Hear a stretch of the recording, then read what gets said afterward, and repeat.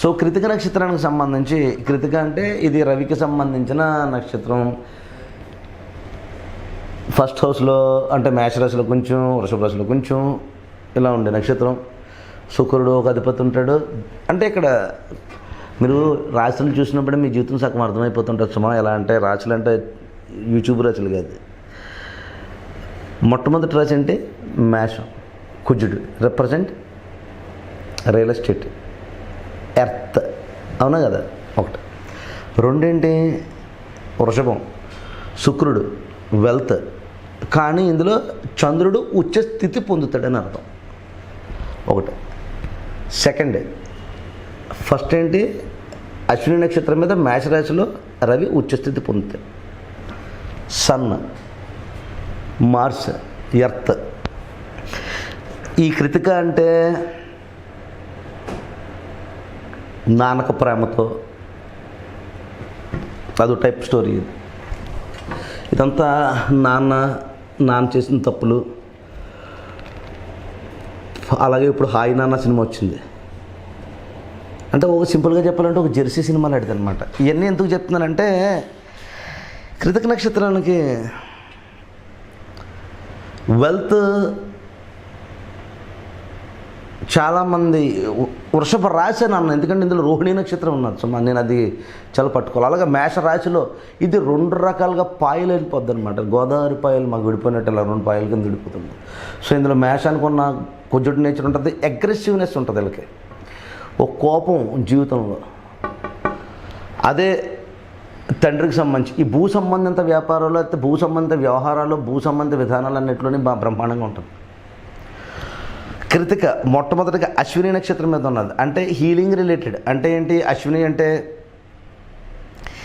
శాస్త్రాలకు సంబంధించి, ప్రవచనాలకు సంబంధించి, వీటికి సంబంధించినటువంటి ఇదిలో ఉంటుంది. సో అందుకనే ఈ కృతిక నక్షత్రంలో చాలామందికి చూడండి శాస్త్రాలు అవ్వడం కానీ, లేకపోతే వాట్ కైండ్ ఆఫ్ ఇది ఉంటుంది, ఈ హీలింగ్ రిలేటెడ్గా వీళ్ళు ఎవరన్నా దీవించడం కానీ, ప్రార్థించడం కానీ, ఈ కైండ్ ఆఫ్ ప్రవచనకర్తల కింద ఎదగడం కానీ, లేకపోతే పౌరోహిత్యాలు చేయడం కానీ, ఈ కైండ్ ఆఫ్ నేచర్ ఉంటుంది అనమాట. అంటే వాక్ స్థితితో కూడా వీళ్ళు తిమ్మిన బొమ్మ చేయొచ్చు, ఎదుగుతారు, లేకపోతే ప్రవచనకర్తలు అవుతారు పెద్దగా. లేదంటే కనుక ఇలా అటు సైడ్ కూడా ఛాన్సెస్ ఎక్కువగా ఉన్నాయి. అంటే వాక్ స్థితితో ఎదిగే ఛాన్సెస్ మరి మిథునమును, కన్యలు, మీనాలంతా కాదు కానీ చాలా మటుకు కొంతవరకు పర్వాలేదని చెప్పొచ్చు. వాక్ సిద్ధితో అని కొంతవరకు అశ్విని నక్షత్రం మీద ఏదైనా ప్లానెట్ ఉంటే.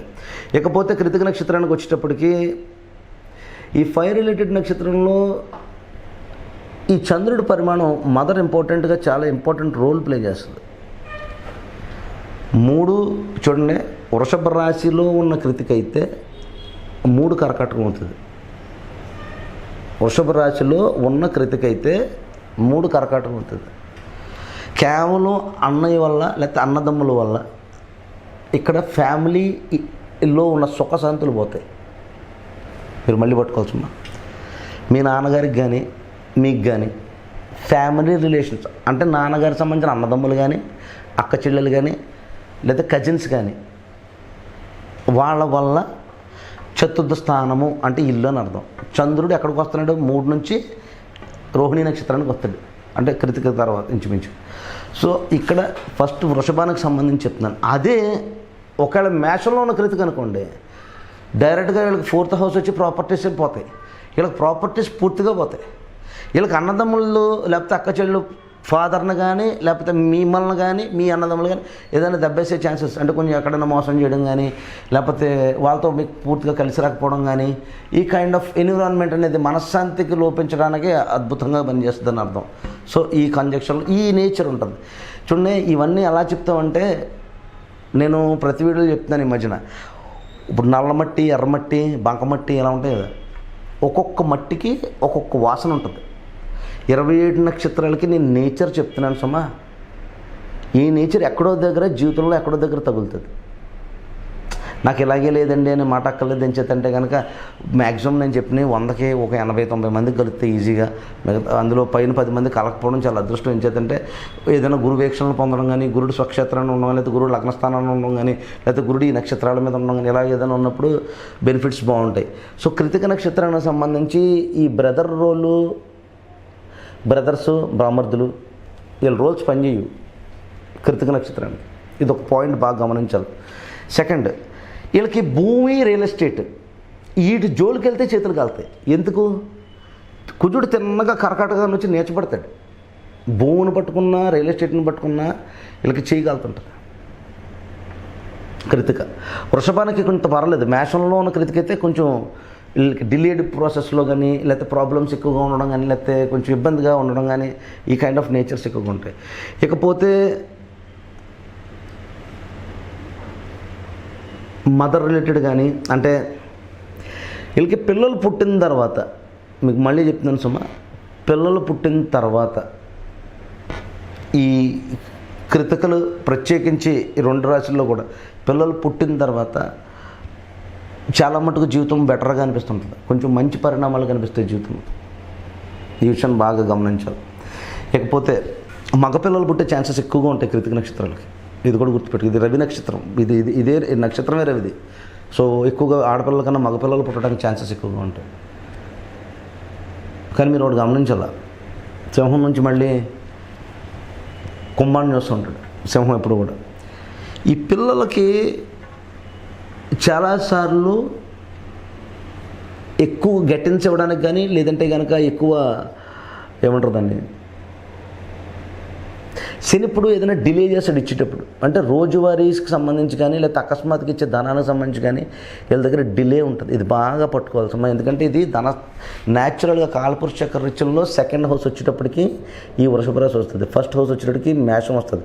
ఉచ్ఛ స్థితి ఉండే తల్లిదండ్రులు ఒక దాంట్లో రవి పొందుతాడు, ఒక దాంట్లో చంద్రుడు పొందుతాడు. వీళ్ళ లైఫ్ అంతా ఇప్పుడు మదర్ అండ్ ఫాదర్ మీద తిరుగుతుంటుంది. 2వ స్థానం మారక స్థానం. మదర్ ఎప్పుడైనా డెబిలిటేట్ అయితే లైఫ్లో ఇబ్బంది అయింది స్టార్ట్ అవుతుంది. చంద్రుడు ఎప్పుడైతే పడిపోయాడో, ఇప్పుడు ఇలా తీసుకున్నాం అనుకోండి, మేషంలో తీసుకున్నాం, చంద్రుడు ఎక్కడి నుంచి పడుతున్నాడు? 8th హౌస్ అంటే డెత్, ఎక్కడ? వృశ్చికన్న. సో ఇక్కడ ప్రాబ్లం అవుతుంది. సో మీ యొక్క అంతర్దశలు కృతిక ఎప్పుడు కూడా మీరు బాగా పట్టుకోవాలి. కృతిక నక్షత్రం ప్రతిరోజు నాది అంటే కుదరదు. కృతిక నక్షత్రం గమనించుకోవాల్సింది ఏంటంటే, వింశోదరి దశ పీరియడ్లో అసలు ఏ దశలో, పైగా కృతిక నక్షత్రానికి అరుడు లగ్నం నుంచి కనుక చూసినా, లేకపోతే జైమిని కారకత్వాల ద్వారా చూసినా ఆ విషయం ఏంటనేది తెలుస్తుంది. ఒకటి. సెకండ్, కృతిక నక్షత్రం ప్రతిసారి రేసులో ఉండొచ్చుమా. కృతిక నక్షత్రానికి ఎప్పుడు కూడా కొంచెం ఆగి, మళ్ళీ కొన్నాళ్ళు ఆగి, మళ్ళీ కొన్నాళ్ళు, వీళ్ళు ఇప్పుడు కూడా దశా పీరియడ్లో వచ్చే అంతర్దశలు, లేకపోతే అంతర్దశల నుంచి తర్వాత వచ్చిన సూక్ష్మదశలు, ప్రాణదశలు, ఇలాంటివన్నీ లెక్కేసుకుని చేసినప్పుడు మాత్రమే వీళ్ళకి ఒక్కొక్క సర్టెన్ టైం పీరియడ్స్ మాత్రమే పనిచేస్తాయి. ఈ విషయాన్ని గమనించాలి. ప్రతిసారి ఏదో ఇప్పుడు చూడండి, నేను చెప్తుంటాను, మేనవాడు ఉన్నాడు అనుకో, పైకి ఒక్కొక్కసారి దూకుతాడు కింద, కానీ లేకపోతే ఈ కన్యవాడు ఉన్నాడు అనుకో, ఈ తీసుకొచ్చి అక్కడ పెట్టి అక్కడి నుంచి అక్కడికి సర్దుతుంటాడు.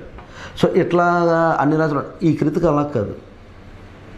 కృతిక ఫైర్. ఇది నా రెస్పెక్ట్ ఎక్కడైనా పోతుందేమో, లేకపోతే నా ప్రైడ్ ఎక్కడైనా పోతుందేమో, నేను చాలా అడ్మినిస్ట్రేటివ్గా చాలా హై క్వాలిటీలో ఉన్నాను కదా నేను, ఇప్పుడు వాడిలో ఉన్న ఆ రాజు నేచర్ పోదు, ఆ కింగ్ నేచర్ పోవడు. కానీ ఆ ధనస్థానంలో ఉన్న చంద్రుడు ఎప్పుడైతే మాయమైపోయాడో, వీళ్ళకి కింగ్ నేచర్ అలా ఉండిపోద్ది. ఈ డబ్బులు తిప్పడానికి మళ్ళీ వీళ్ళకి దశ రావాలి. అందుకనే ఎప్పుడైనా సరే కృతిక నక్షత్రాలకి నేను చాలా వీడియోస్ చేశాను కృతిక మీద. ఈ కృతిక నక్షత్రానికి ప్రత్యేకించి దశానాథుడిని చాలా ఇంపార్టెంట్గా తీసుకోండి. మహర్దశానాథుడు, అంతర్దశానాథుడిని తీసుకోండి.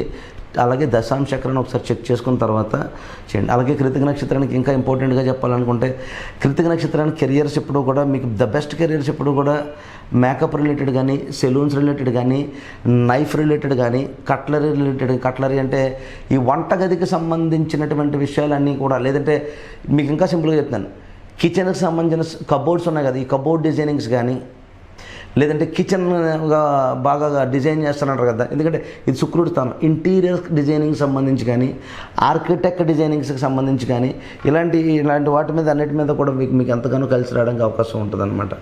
సో అలాగే దాంతోపాటు ఈ కృతిక నక్షత్రం వాళ్ళకి జెమ్ స్టోన్స్ రిలేటెడ్ వ్యాపారాలు కూడా బాగానే పనిచేస్తాయి.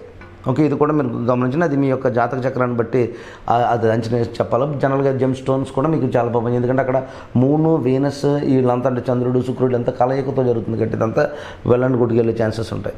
సో అలాగే దాంతోపాటు ఇంకా కృతిక నక్షత్రానికి కెరీర్ వైజ్ వచ్చేటప్పటికి వీళ్ళకి లాంగ్ టర్మ్గా ఉండే కెరీర్స్ ఎప్పుడు ఇబ్బంది పెడతా ఉంటాయి. వీళ్ళకి ఎప్పుడు కూడా కాంట్రాక్ట్ పీరియడ్ ఆఫ్ కెరీర్స్ చాలా బాగా పనిచేస్తుంటే 6 నెలలు, 8 నెలలు, సంవత్సరం ఇలా ఉండి మళ్ళీ వెళ్ళి ఇలా కాంట్రాక్ట్ పీరియడ్గా, ఇంకా సింపుల్గా చెప్పాలంటే ఇండిపెండెంట్ నేచర్గా ఉన్న, లేకపోతే అదేమంటారు ఫ్రీలాన్సింగ్ కానీ, లేకపోతే సోలో ప్రొపరేటర్షిప్స్ కానీ, కంపెనీలు పెట్టుకోవడం కానీ, అలాంటివన్నీ కూడా వీళ్ళకి బాగా పనిచేసే ఛాన్సెస్ ఉంటాయి. కానీ వీళ్ళు ఎప్పుడు కూడా దశా పీరియడ్ని ఎప్పుడు చెక్ చేసుకుంటూ ఉండాలా. దశా పీరియడ్లో ఎక్కడైతే డౌన్ఫాల్ అవుతున్నారో అక్కడ దానికి సర్టెన్ రెమెడీ తీసుకోవాలా. ఆ రకంగా చేసుకోవడం ఎంతైనా శ్రేయస్కరం. సో మరొక వీడియోతో మళ్ళీ కలుద్దాం.